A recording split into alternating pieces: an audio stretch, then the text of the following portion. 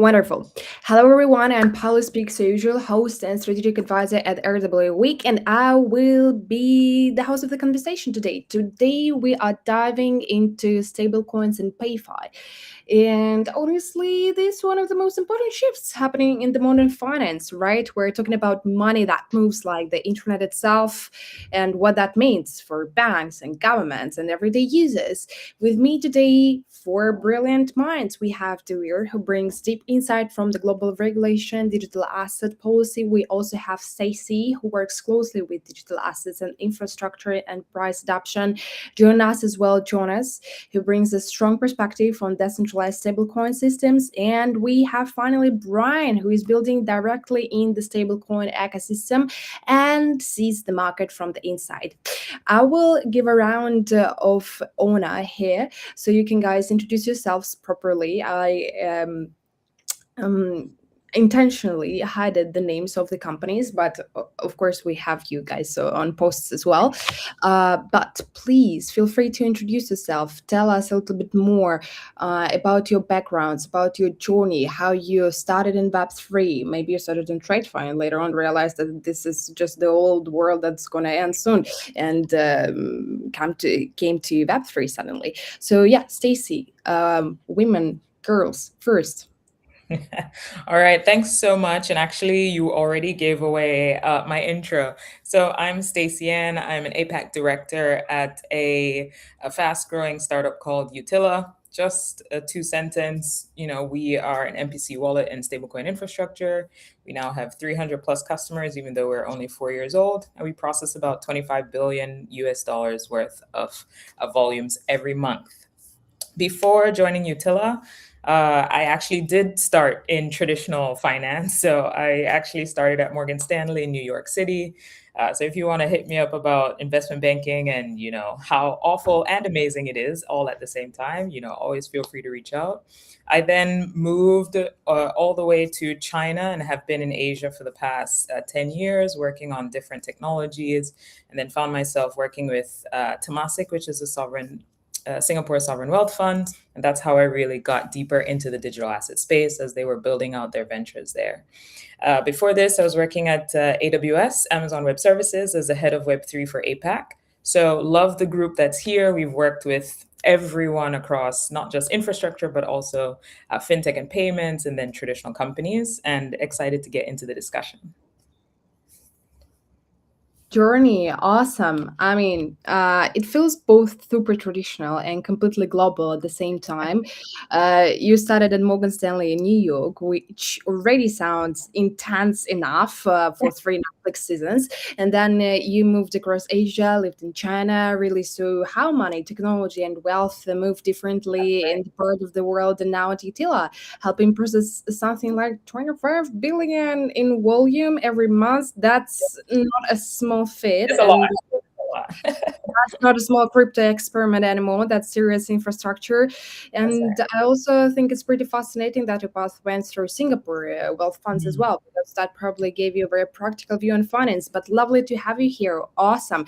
And by the way, dear listeners, we have all the continents today, but guys will that by themselves. Who we can have next? Brian, feel free to go next. Sure. Again, thanks for having me. Always fun to chat. Obviously, that's a hard CV to follow, but my name is Brian Mailer. I'm the CEO of Stable. We are a layer one blockchain that's focused on payments. We saw that the space had a number of complications out there, mostly related to the ease of use or the speed of the network or just congestion on the network. And we made fundamental changes to the way that our network was built to alleviate those problems, which obviously leads to greater adoption. We were fortunate to be backed by some leaders in the space. We have PayPal Ventures. We also have Bitfinex.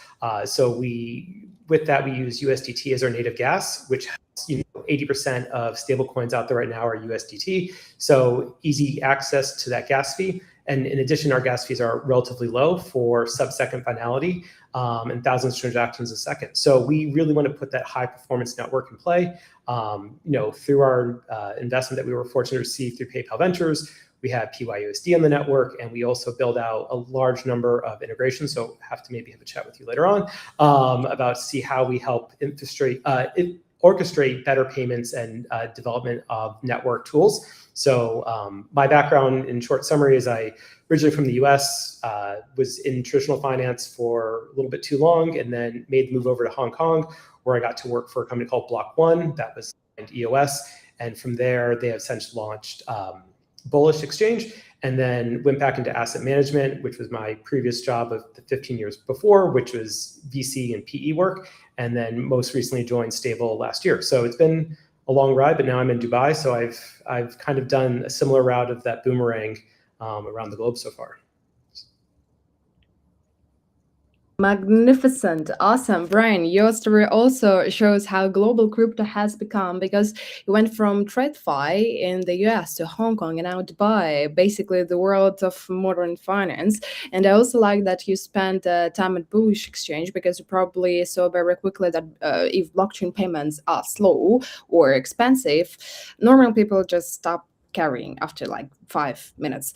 But what you're building with a Stable feels very practical. High performance payments, simple gas fees, real adoption, instead of just another big chain shouting out on Twitter every day. And having backing from Bitfinex and PayPal Ventures is also not a small thing either, because investors today are way more careful after the last crypto cycle wiped out billions from the market. But yeah, your journey sounds like someone who stayed close to real financial problems for years and then decided to build infrastructure that actually makes crypto easier for use. Magnificent. Next, Devere. Hi, thank you for having me as well, Polly. My name is Devere Bryan. I'm representing the FinTech Association of Hong Kong. I am based in Hong Kong. I have been based in Hong Kong for the past 24 years, giving away my age a little bit there. The FinTech Association covers all gambits of financial technology. It's a representation to not only the corporate world, but also bridges into the government and working, closely with the regulators, especially the financial regulators here. So spend a lot of time kind of in that zone between corporate world and the government relations. I haven't always sat in the FinTech Association, although I have been part of it since its inception in 2017. Previous to my current position as co-chair of the Blockchain and Digital Assets Committee, I was in the Digital Banking and Payments Committee, because the work that I was doing in 2016, 17, 18 was very much payments focused. I was the COO of the first cross-border app business to incorporate blockchain technology, a company called Bucks Global. We were using USDT in 2016 effectively as a payments rail in order to try to facilitate safe, fast, cheap movement of money between Hong Kong, Philippines, Hong Kong, and Indonesia. So 10 years ago, we were doing that, and it seems like it's something that's brand new today. I moved to Hong Kong, not in traditional finance, although I did my innings like everybody else here.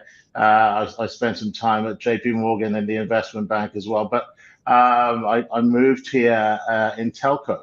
I moved here as a director for one of the largest movers of global minutes in the world, effectively moving voice minutes into emerging markets from major markets. That led to this was in 2004, so back in those days, things were very analog. But in around 2010, when the emergence of apps like WeChat and Viber and things like that came out, it became very difficult to make traditional finance in that area. So everybody started to move towards cloud-based solutions, including the technology of mobile money. So that's how I kind of entered into the world of what became fintech as an early adopter, an early partnership pioneer of the transactions of digital payments, micropayments, topping up mobiles first. That moved into cross-border payments that led me into the position I spoke about earlier on. I have actually spent some time in your neck of the woods as well, Stacey. I sat on the Singapore MAS Payments Council for a couple of years, working with all of the large cap payments companies and banks there, trying to move Singapore towards becoming the world's first smart nation. So kind of in that limbo land between governments and corporate. Well, sounds like we could have a separate podcast solo episode with you, Diver, to be honest. And what I really like about your story is that you have been in Hong Kong and you have seen how Hong Kong evolved for 25 years from traditional finance hub into one of the most important fintech centers in Asia. And being involved not only with companies, but also with government discussions is super important because honestly, fintech moves fast, but regulation usually walks into the room like it's just woke up from a nap. And I think people forget that back in 2017, cross-border tech and digital banking were still very early. So being COO in that space at that time means you were already building before the big hype wave arrived. So now co-chair of the co-chair is like, I think that this position where you can actually help shape how innovation and policy work together, which is rare in the industry. Wonderful. Love to hear more from you from today's space or like panel. Sorry, I'm used to say space because I hosted like thousands of Twitter spaces. And Jonas, feel free to introduce yourself. Thanks for having me. Exactly. My name is Johannes. I am the managing director of the Frankencoin Association. Frankencoin is the largest Swiss franc stablecoin. It's a fully decentralized protocol. And at the Frankencoin Association, we're kind of the steward of it all, right? We don't own the system, we don't control the system. But I'm the one traveling around and running around the room and telling everyone how cool the Swiss franc actually is and that they should actually hold Swiss francs in the dollars. Myself, I'm somewhat of a crypto veteran, I guess. I've been professionally in the space since 2018. Started off as a consultant doing tokenization, and we did the ICOs back in the day with a little company called Swisscom Blockchain. The ones of you that have been to Switzerland know that this is actually the Swiss national telco. So they were doing ICOs in 2017-18 until I believe their compliance department heard of it and had a panic attack and basically decided that permissionless blockchains are bad and we should focus on Hyperledger projects instead, which was kind of the point in time where I said, nah, I'm not going to do that. So I left and then joined as a very early employee at a small fund called L1D, L1 Digital. Built that for almost 4 years. I was there, built that into one of the largest, or helped build that one into one of the largest digital assets allocator in Europe. And then once again, basically decided, hey, I want to do something a bit more for myself.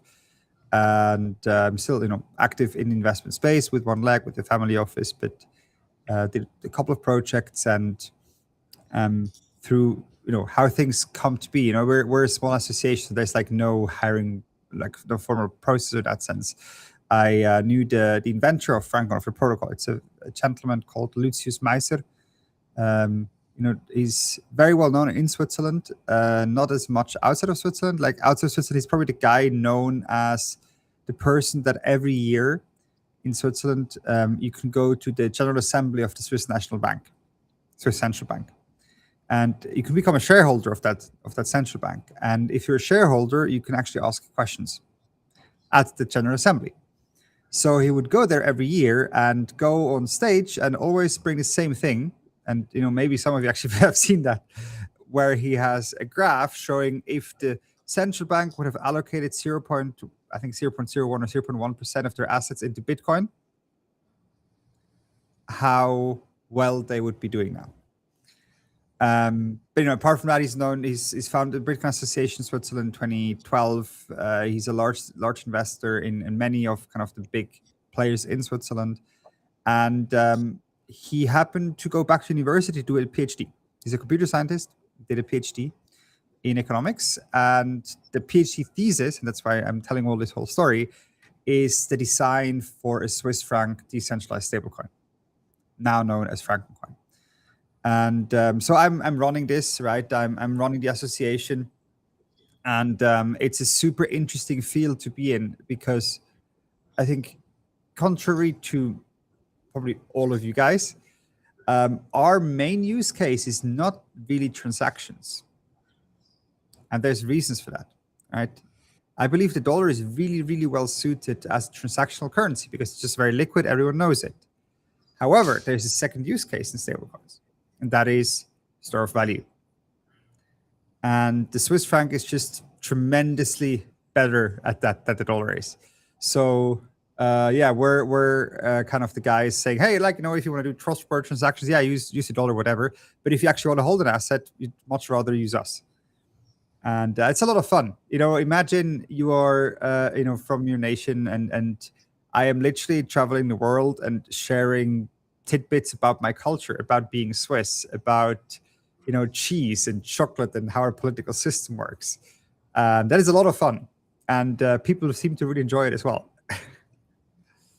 Awesome. Look, Johannes, I think that your journey is interesting because you entered crypto during the wild ICO era, first of all, and thank you for sharing that, which honestly was half innovation, half people inventing billion-dollar ideas, napkins.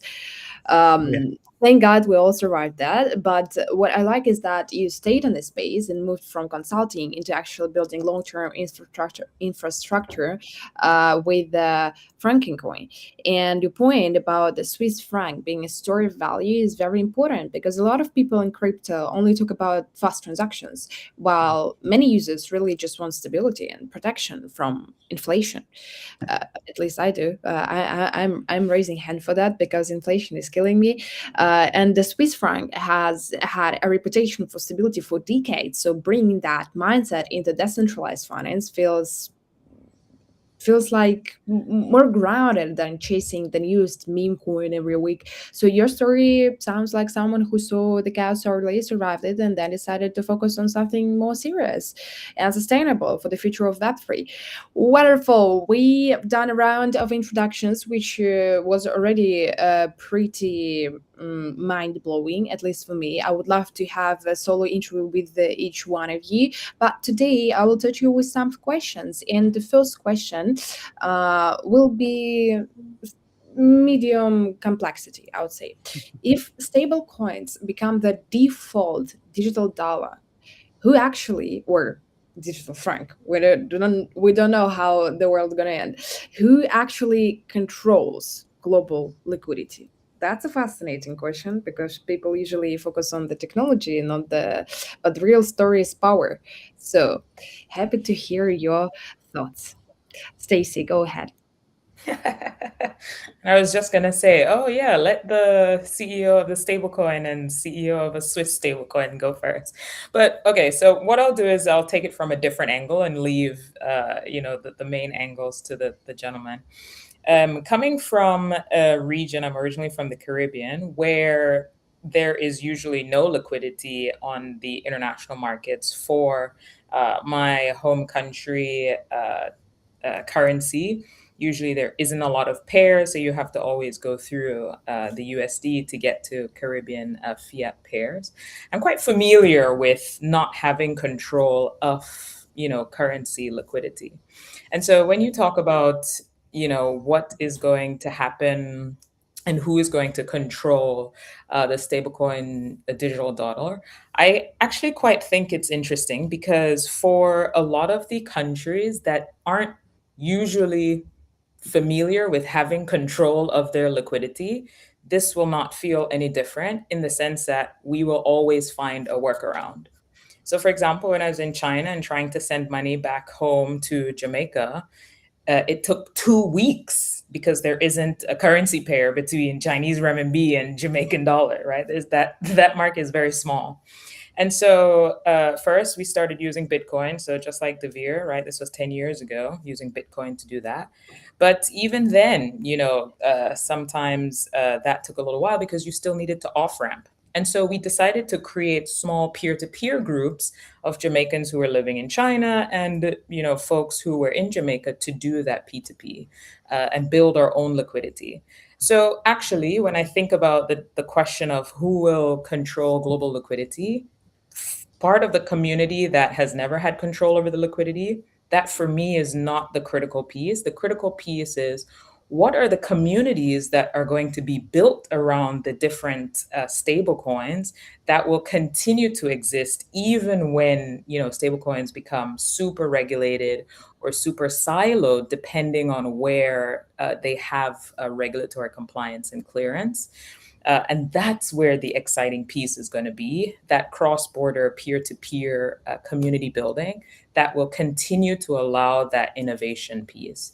Now, I do understand that there is some, nefarious actors in the community that want to use it for bad, but there are so many use cases where it will be used for good, even outside of the regulatory framework.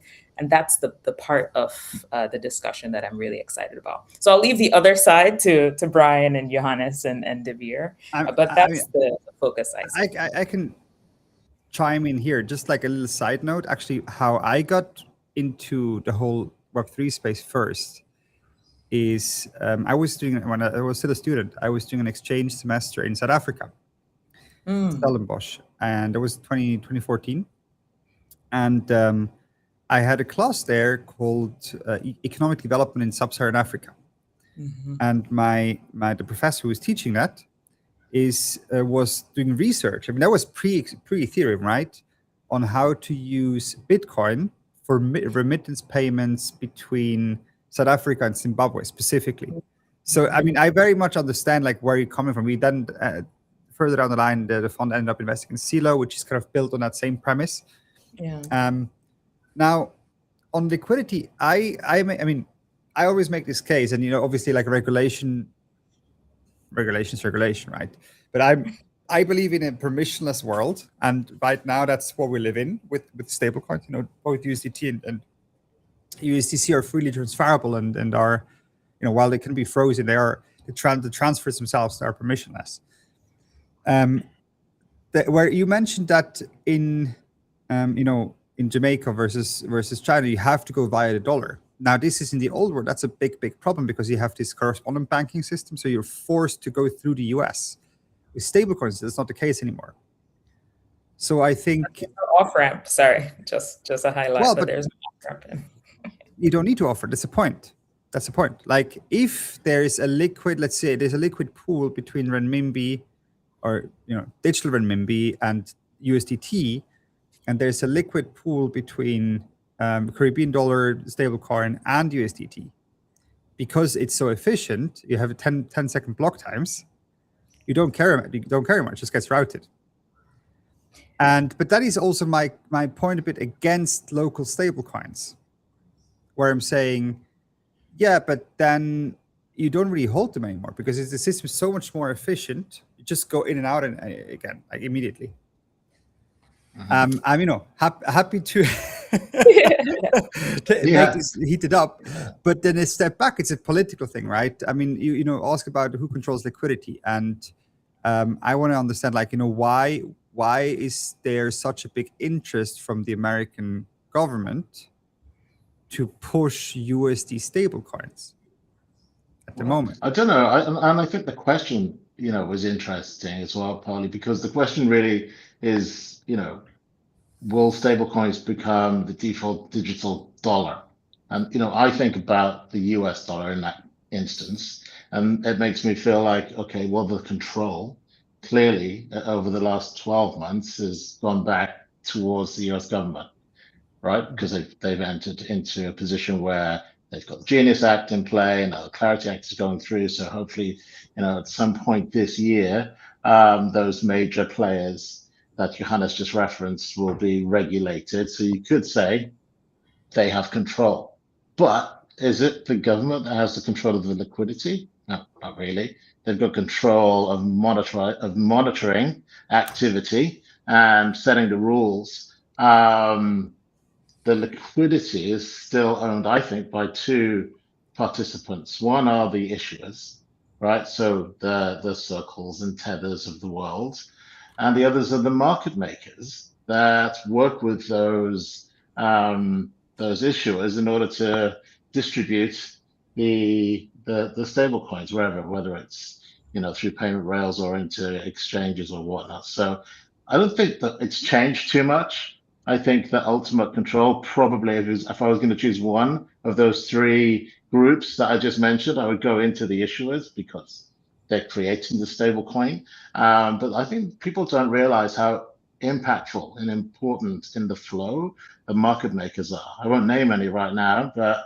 I did forget to reference the fact that I spent 3 years running what was the third largest stablecoin in the world, and we use market makers for everything.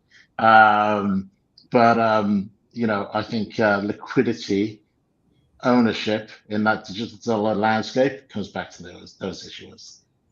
So, quick question. Sorry, Brian. Don't want to take away your time, but look through it. Who is owning? Like, what is behind it? Look at Tether. Tether is, I think, the 7th largest buyer of U.S. government bonds.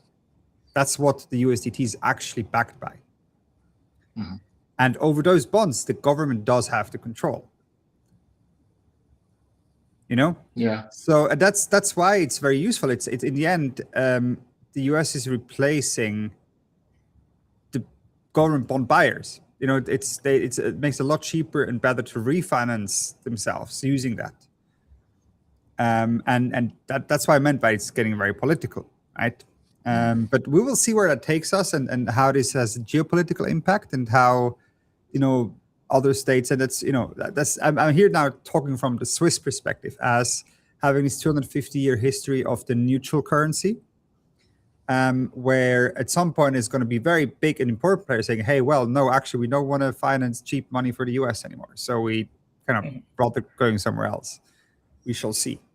Can I just make another point, building on what Devere said about, his interpretation of who controls? One of the things I really think we still struggle with as an industry is connecting sort of the last mile, right? So Johannes, you had mentioned before sort of, oh, but you don't need to offboard. I mean, I wanted to say it then, but like the whole point, right, is that in areas that don't have these large market makers or exchanges or payment rails, you can't use USDC or USDT that's in your wallet, right? There's no use in the real world, right? So I think that the piece around the liquidity ownership plus the last mile delivery is so critical for us to reach some kind of adoption at mass. Otherwise, this question actually wouldn't matter because there will be a lot of people that are left out of the ability to utilize stablecoins because they can't use it in their real everyday lives. So I just wanted to call out that piece as well. No, I think those are all great opinions. I would say one thing to frame the question, it's like if stablecoins become the digital dollar. So we have to make kind of a jump or a leap into a lot of assumptions already taking place in terms of like solving all these what ifs in a batch process rather than like looking at where the world is today. So sometimes you have to like make that blind faith jump that we could get to that next stage. Yeah, it's a pretty large leap. But I would say like we look at situations of like how money's working in, I think a great way that like Stacey was talking about, like in like certain ecosystems where money is used differently or they don't have the ability or access to different tools. It's also interesting that like some parts that typically were left out of the financial systems have made faster movements in new spaces. So we've talked a lot about the RMB, there's a lot more digital transactions taking place there versus you have, funny enough, the US is much more of a cash-based system than a lot of other, similar countries in terms of like financial access. So I would say Europe still it's fragmented in terms of like where paper money is still used versus digital. But I would say like as countries move more away from the archaic way, which I would say like our paper checks, into like more currency, I think you have a lot of leapfrogging. So just like some countries went from paper to messages and they skipped the email or the faxes, I think the same thing can happen with currency where you have, it's easier to implement things in smaller groups. So you can have like better digitalization in like some of those smaller emerging markets where they already find it expensive to print money, to manage money, to deal with robberies. And so they can actually leapfrog, as Stacey Ann was saying, is that you can go farther faster because you don't have to worry about all the complications. I, grew up in the US, and I still sometimes go home and like someone's still asking for a check. Like you're like, what? I don't know where those exist. And being in Dubai for the past 5 years, first moving here, it was a lot of cash and it was still paper checks, and that has changed. So I think that happens. I think smaller populations tend to move a little bit faster. You look at countries like Estonia, everything's digital, and that was because they have the ability to reach and do that. So pulling that back to liquidity, I would say, liquidity is going to be based on like the users and the controllers. And those controllers are going to be that endless tug of war of traditional finance and issuers and the token management. So just like Johannes was saying, is that you have things like with the asset they're buying, people are going to be attracted to a currency or a token that is what they feel comfortable with. So they're not necessarily focused on the global or geopolitical aspects of it. They want to feel the comfort. It ties back to people putting money in their mattress. It was like, it's not the smartest thing, it's not what's really best for them, but it's what they felt comfortable with. So you have to understand people are always going to be humans, and you always have to meet them where they are. So I think having currencies that are accessible and easy to use, and that liquidity will then follow based on the adoption and the growth. But I think pieces of what everyone said is going to be implemented there. So will be interesting to see how that happens. Well, fascinating discussion, everybody, and everybody here is describing different layer of control. As far as I hear, Stacey's story really hits hard, because when sending money from Hong Kong, for example, to Jamaica, it takes like 2 weeks. People stop waiting for the system to improve and just like build their own liquidity networks. And like you said, and honestly, that's how a lot of crypto adoption started in emerging markets. Johannes brings the political side into it, and I think you're right to be skeptical here, because once stablecoins become this global, governments suddenly care a lot about permissionless finance becoming a little bit less permissionless. Devere, you made a super important distinction too. Governments may control regulation and monitor policy, but day-to-day liquidity is increasingly influenced by issuers like Circle and Tether, and that's going to be my next question on that. Plus the market makers. Yes. Oh, the most loved topic, to be honest, because they're moving billions around every hour. And Brian's point about different regions adopting digital money differently is very real. Europe, for example, is still fragmented, while other regions are kind of leapfrogging directly into digital payments, because traditional banking systems were never strong enough per se in the first place. So maybe the real answer is that global liquidity is no longer controlled by one single actor anymore. It's becoming this strange mix of and governments and private issuers and local communities and technology networks all competing at the same time. But the following question will be about the issuers. And Devere, maybe you will start here, but as you wish, guys, you can like raise a hand or whatever, just interrupt me. Are stablecoin issuers becoming a new central banks without the same accountability, just maybe? Interesting. I don't know if they're becoming the new central banks. And I think that if this question was asked to me 2 years ago, I would have definitely said no. But with some of the changes and some of the regulations that have been put into law recently in different countries, I wouldn't say the issuers are becoming the new central banks. I think they're being made to be accountable to central bank requirements and helping central banks design policy.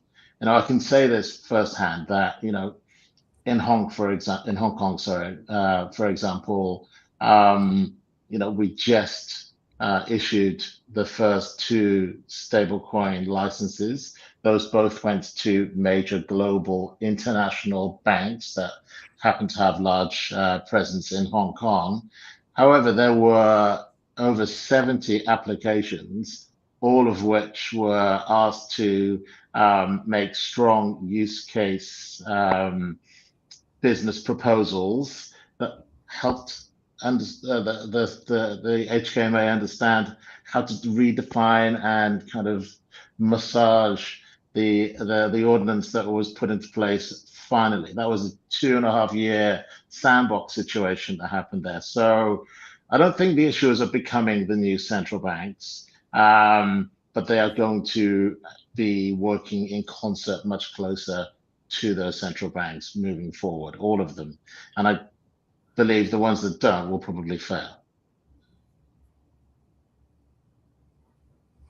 Okay, noted. Who wanna go next? I'll jump in. I think it was interesting, looking at Hong Kong, and obviously they've had their regulation that rolled out relatively recently for stablecoins. I would say, it was interesting that Hong Kong, I think, it has an asterisk next to it in terms of its structure. The banks have always printed the money there, or for a long period of time. So it's a very unique system where you have the private enterprise banking also is the money printer. So I think that was a natural progression for Hong Kong to do that, just because it may seem, different from, let's say the US market, you have like a central bank.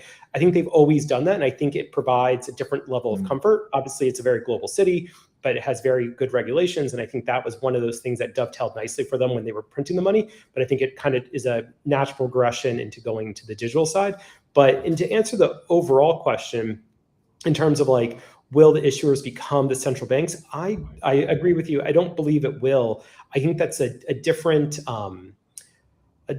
mechanism in place in terms of like, it's a different service. So banks obviously provide a number of different services, but again, talking about printing money, that was where people went, in Hong Kong to get their money printed. Same in the US, where those are the banks, and the central bank provides the liquidity or provides the access to those dollars and the printing of those dollars. So I think there is always going to be, again, a different interaction there. The issuers are very much tied up with a lot of other things, where I think they're going to stay in their product lane where they can provide the best value, rather than getting into things of like central bank management and then worrying about like interest rates. So I think they really want to focus on the product that they're delivering rather than taking on a lot more. Because I think we've seen with central banks, people have a lot of comments on them already. I don't think anyone's really hungry to take that business. I don't think that's a desirable trait that anyone wants to really wear. Central banks are no one's ever really happy with them or thanking them. So I don't think issuers, which can, provide a good product, make good returns. Johannes mentioned earlier about what Tether's doing. I don't think they really want to get into the business of like becoming a central bank and then having to deal with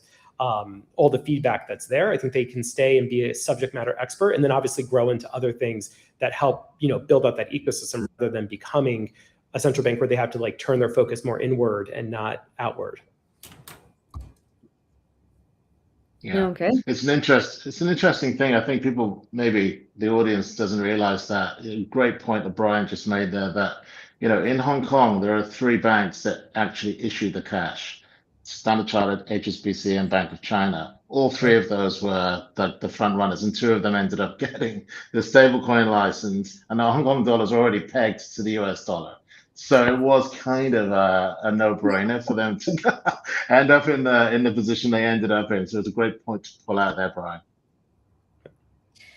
Maybe one thing I will just highlight and use De Vere's example, just to be a little cheeky on the Stand Chart side. It was a JV, but my whole point about that is that connecting it to what I consider the maturing of the issuers. So I agree with Brian and De Vere 100%. Like, I don't think they will, behave fully like central banks.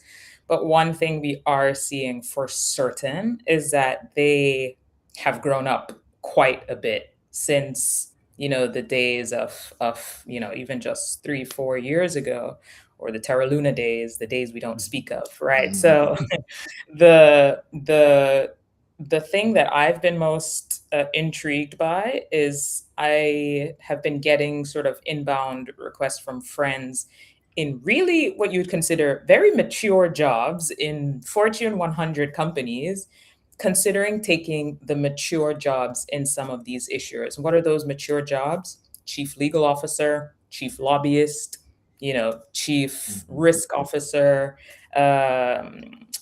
again, lobbyists at issuers, right? So I think one of the things that has been really fascinating to observe is sort of the maturation of issuers within the Web3 space. They're no longer just thinking about, even though product is, at the forefront, they are having to participate in certain characteristics that central banks are usually required to participate in, because they need to be able to play ball to get their product out to the market. So I just wanted to add that piece. It's really interesting to observe. And going back to why I mentioned about the JV is because, as Devere said, they issued the licenses to players that they know will play ball. And so even though they won't become, the traditional entity, but even the new players need to be able to behave and follow the same requirements and compliance restrictions as the incumbent player. So that has been interesting to watch. Let me play the devil's advocate here a bit. Everyone in here is kind of making this, issuer assumption. Is the issuer the central bank? Well, what if there was no issuer? Let's look at how, Francoin is one example, but I think the more mature example here is Sky Finance, or formerly MakerDAO, which and had these discussions recently, like running through the history of money creation, where you start with backed loans, right? CDP is where the stage we're in, but then what Sky is doing now, that in fact with the stars, they're creating unbacked loans in a sense. It's money creation, where they would basically have, you have this relationship in traditional central banks, where the central bank would give a loan to in Germany called a Geschäftsbank, like a commercial bank, that are then basically allocating this capital. And we're seeing the same thing happening with Sky Finance. So I would kind of disagree there. I mean, it's not the issuers, but can there be a central bank-like system that is fully permissionless and decentralized? Where and now this is again getting a bit political. Like, is a central bank something independent? Is it an independent entity? Or is a central bank something which is steered by the politicians in charge? And I think this is very different depending on the country, right? In Switzerland, there is a very clear distinction that the national bank is a separate entity, and the politicians must not interfere with the policies of the national bank. And the only job the national bank has is to keep the inflation in a band, I think, between like 0.5 and 1.5%.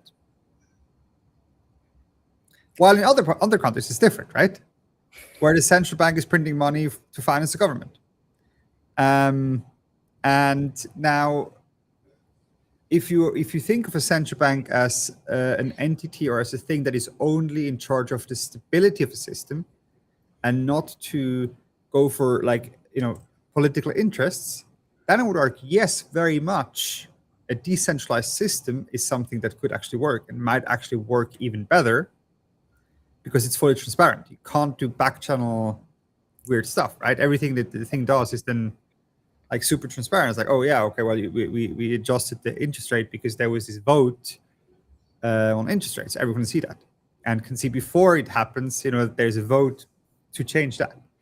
So, I just, as issuers in a centralized sense, I would be very skeptical here, because you have this very big clash of the capitalism in a sense, where the interest of a centralized company or organization is to optimize for their own shareholders. While if you have a permissionless and decentralized system, it can be more subtle. It can be, you still going to have a token where you're optimizing for the return on that token. You have to, in the Francoin case, you have the FPS. In the case of MakerDAO, you have the Maker token. But it's not as clear cut as with a company where you're basically maximizing shareholder value. Can I make a quick comment? Please. First of all, I love the thought experiment. I love my decentralized community. And I've sat in many consensus meetings for decentralized communities. So my comment is going to be, so that I don't have to answer your full thought experiment, which is it absolutely depends on the scale, right? Like within the decentralized community, actually, you can input so many different models and they will work up to a certain point. But after you hit any kind of scale, it really breaks down. And so that's going to be my comment. That's what we're trying out, right? Right now we're at 80 million TVL, so it's kind of small. It works really well. Yeah. We'll see when it starts breaking. Talk about scale, right? Compared I know what you mean. I know what you mean. I do know what you mean. So, I do love the decentralized place, like communities. I've been in it. It works up to a limit. And I'd love to see it work beyond that. I just don't see in reality how it works beyond that. However, within certain controlled environments, absolutely agree that, there can be that behavior. Interesting. To ask back, Stacey, so then you argue that a centralized private entity is the better solution? I didn't say that, right? I did not say that. I'm just kind of turning. I know. What I will say, right, isn't it like democracy is the least bad of all the forms of government kind of comment, right? Now we're really getting into politics. No, but it is. In the end, we're talking about, organizational systems. And so systems, from a system standpoint, I would say that there is no system that's perfect. There are pros and cons for each system. And I think that each system would actually be better off taking different characteristics from other systems. And I think that applies the same as well. And my final comment to that is, you can probably make any system better by enforced transparency. If you take out, I 100% agree with. Increased transparency across any system. Right? Like the beauty of permissionless systems is you cannot do anything in the system itself without it being transparent. Obviously, you have all the stuff going on in the background, but like as soon as you do something in the system itself, everyone can see it. The way we're already going. I know that's like a tangent, but the way humanity has been trying on how do we actually have a sustainable, enforced system of transparency. If we could solve that, the world would be a better place. If we're gonna start negotiating it or discussing, we will be sitting here for like 8 hours minimum. Brian, do you have any comments, by the way, on a small discussion between Johannes and Stacey? No, I think they covered it pretty well. I don't. I think it was a fun deep dive in terms of like what's the better of the two approaches. I love it. He says deep dive, but what he really means is we went on a tangent. Always do. That's when you get me on a panel, I'm really sorry for that. And also, I have to make a snarky comment here. You know what is the least transparent part of all those systems? Market makers. Don't, please.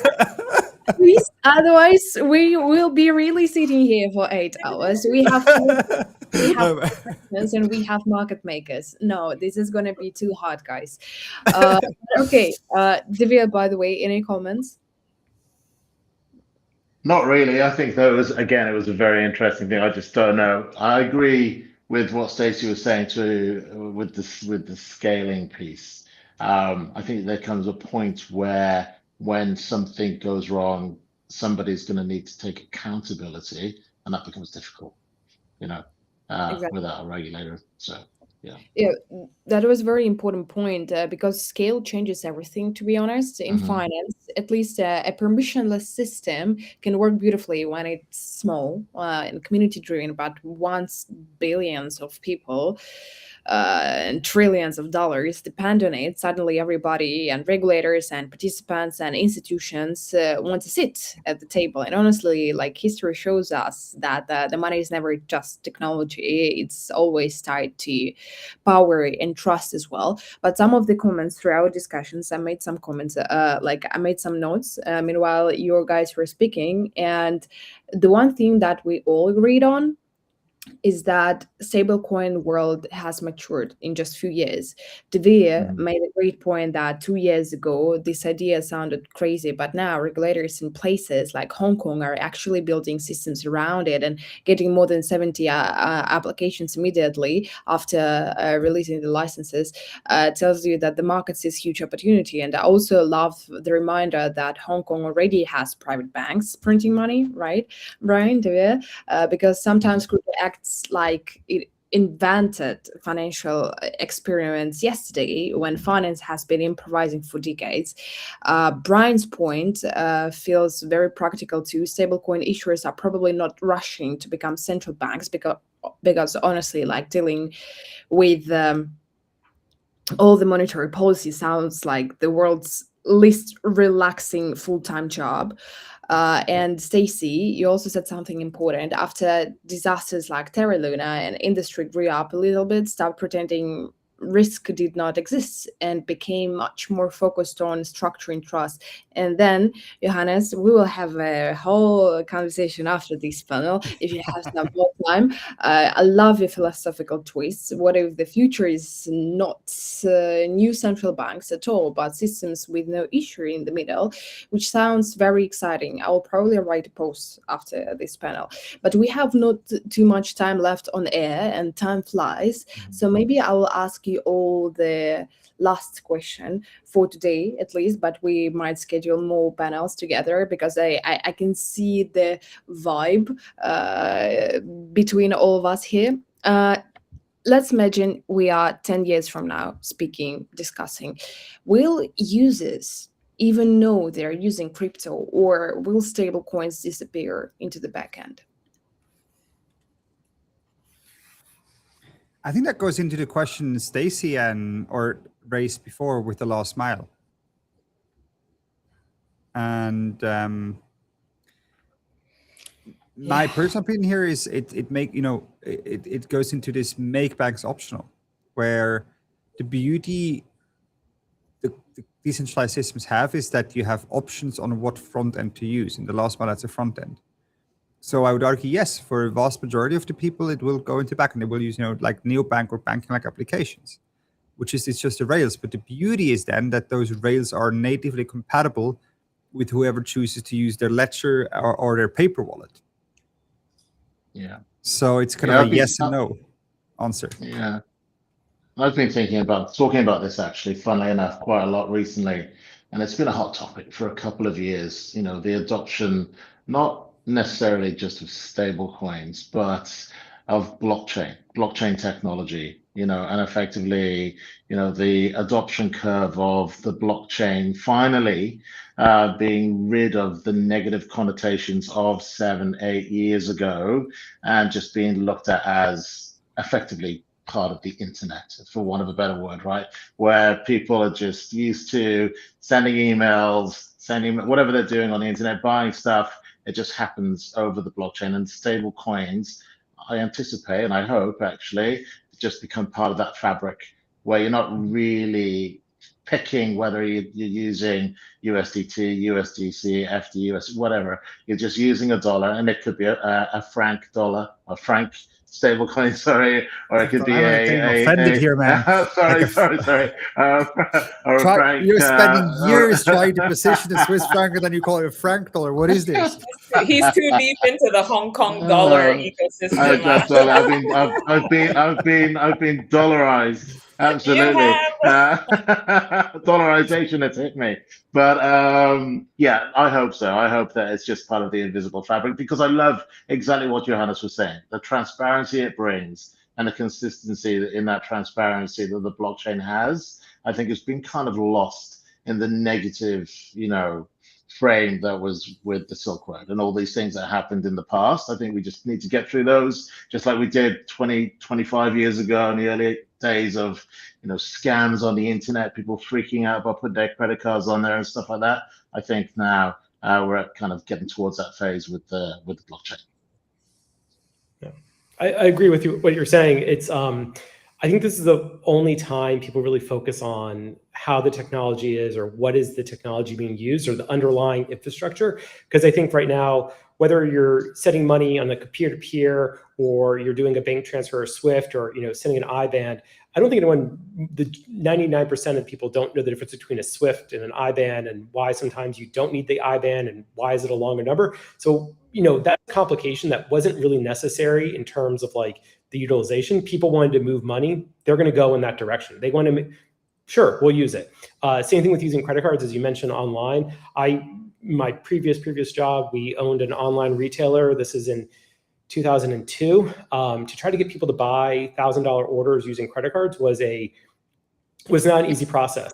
We worked with companies like Chase Payment Tech back in the day to be able to take that. But to give full disclosure, they would take and hold your deposits.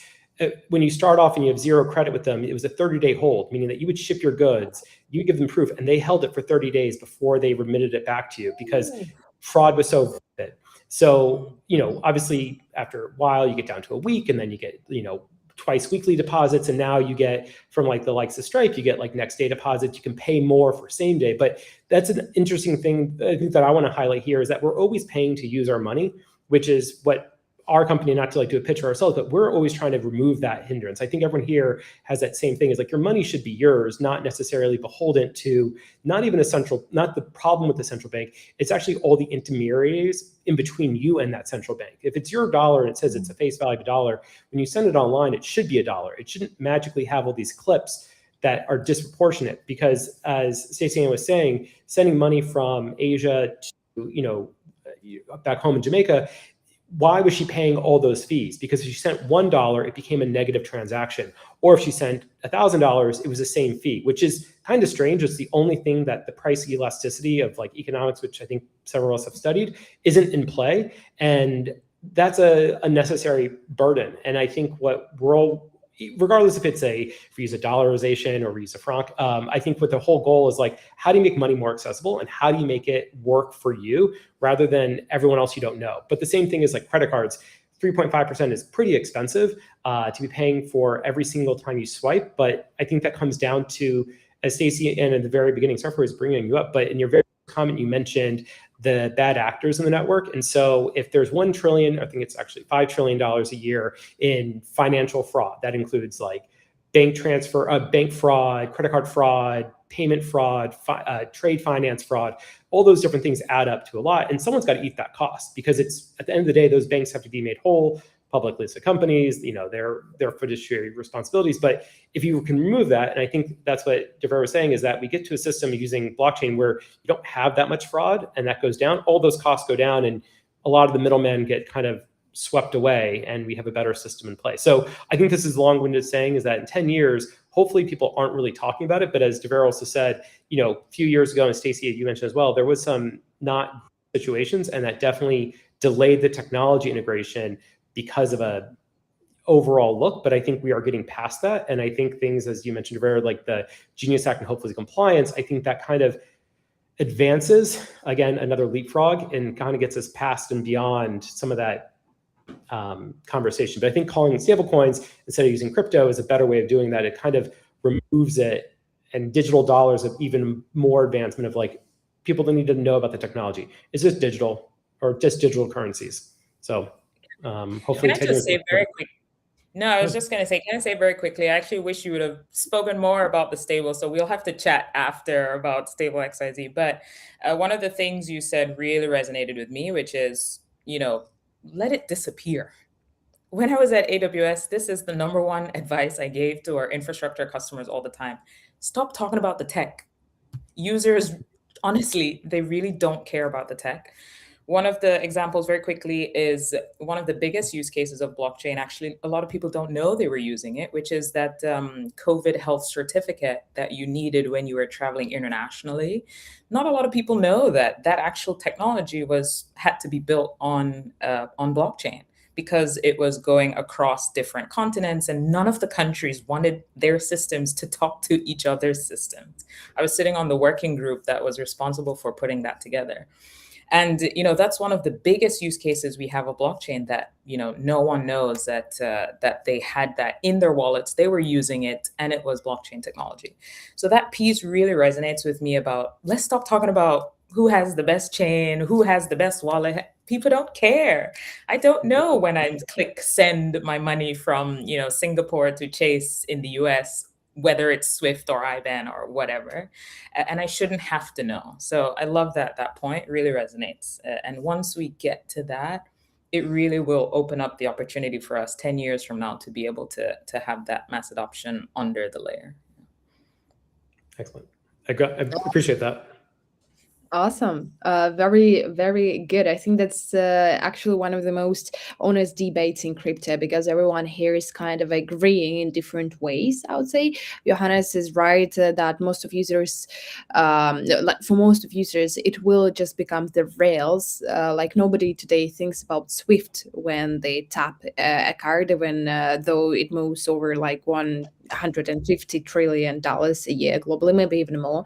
De Vere's idea of stablecoins became part of this invisible internet fabric. Love it. I will steal it as well. Makes a lot of sense too, because the best financial tech is usually like the one you don't notice. Brian brings a good reminder. Even credit cards were not easy in 2000s, and now we swipe them without thinking. It's like muscle memory. And Stacy, let it disappear. One more phrase for me to steal in my posts. Lovely. I will tag you if you want. You can own it. It's wonderful. It's probably still like hasn't fully worked yet, but maybe in 10 years, the biggest success for stable coins is exactly that. Nobody talks about them anymore. They just work in the background like electricity. Okay.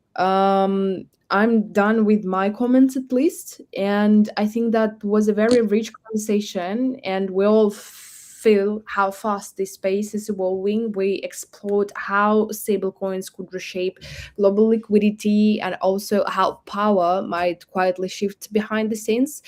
We heard from Devere about regulation and importance of accountability. We also got practical insights from Stacy, and Johannes helped us think about decentralization and what true stable value systems could look like. And Brian, thank you as well. Give us a builder's view and where stablecoins are heading in real markets. Final thoughts, if you have any, I would love you to share, guys. The one thing for me, I would love to thank you everyone for such interesting perspectives. I think that I will fight for solo interviews with each of you. I think it will matter a lot. So we can look at different questions and different perspectives, talk about your personal backgrounds a little bit longer as well.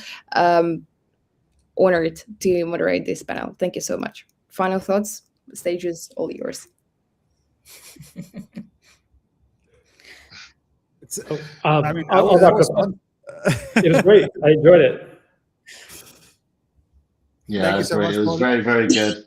Yeah, I'm gonna hit you up, Johannes. I'm gonna hit you up so we can go and develop the franc dollar. Okay, we'll just do that in the background. We can fisticuffs in Singapore. I love it. Awesome. Thank you, everyone. Feel free to share more thoughts of yours if you have some unspoken truth on socials, and tag each other. We can have little battles over the LinkedIn or Twitter as you prefer. You're an instigator, Polly. Yes, they are. And yeah, I'm signing off for today. It was Polly from RWA Week, and I'll leave you with the simple thought. The future of money might not look like crypto or banks, but it might just look like the internet quietly running finance in the background, as we all wish it to be. So yeah, that's it. Thank you, everyone. I will stop talking right now. See you next week.